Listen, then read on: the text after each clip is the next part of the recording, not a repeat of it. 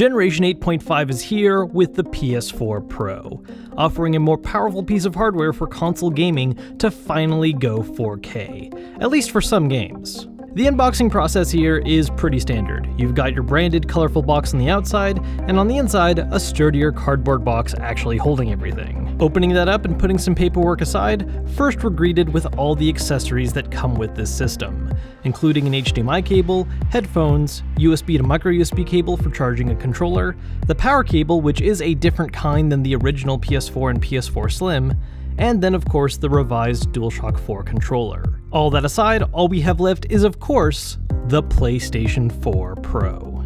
How do you feel about the PS4 Pro being a club sandwich?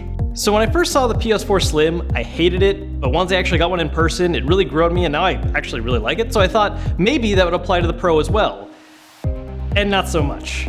I will say, I don't hate it as much as I did when it was first revealed, but I still don't think it's a very good looking system. The triple layer just doesn't work for me. And now that I'm able to take a closer look, there are some other changes that I'm really not feeling. While the Slim moved the original's front-facing buttons to the inside lip, the Pro has put them on the front again in a new style.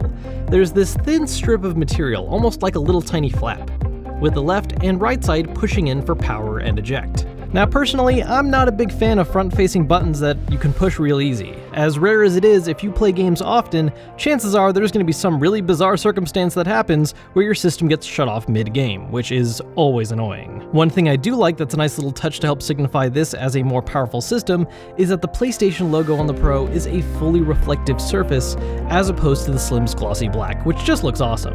As far as other bits about the build, we still have two front-facing USB ports, but the Pro also offers an additional USB port in the back, which is nice to have for something like an external hard drive or for hooking up the PSVR without cluttering the front of your system. Everything else is pretty much the same as the Slim, other than the re-inclusion of an optical port and a different input for power. So, after a quick and easy setup, we've got the Pro running, and it's interesting to me what things are noticeably different and what are not. People say it's more quiet, but is it really? The original PS4 was really loud, and thankfully it got a lot more quiet with the revised PS4 and the PS4 Slim, and the Pro is pretty much on par with those. It's maybe a little more quiet than the Slim, but the fact of the matter is as soon as that fan kicks on, you're gonna know it. Now, as for something that's still the same from the original PS4 is that the Pro really does nothing interface-wise right now to push and advertise which of your games benefit from the tech. You can find out by looking it up online or reading in-depth info on a game-by-game basis, but just browsing the interface, there's really nothing here to help denote or excite users over which of their games can now run in 4K or have visual updates. This doesn't detract from the good the system does. Obviously, the fact that games can run better is amazing. It just seems odd that you don't have a clear identifier while browsing your games what will and will not benefit from the Pro. Is it worth buying if I only play 1 or 2 games? Now this one depends a lot on which exact 1 or 2 games you're playing, because while the PS4 Pro does support 4K gaming, what that means from game to game actually varies quite a bit. Some, like The Last of Us, can actually run at native 4K, while there are others that are just 1440p upscaled like Uncharted 4. And then there's games that just flat out don't have Pro compatibility, which means that your games are going to run just like they would on a regular PS4, but with 1080p upscaled to 4K with no extra polish.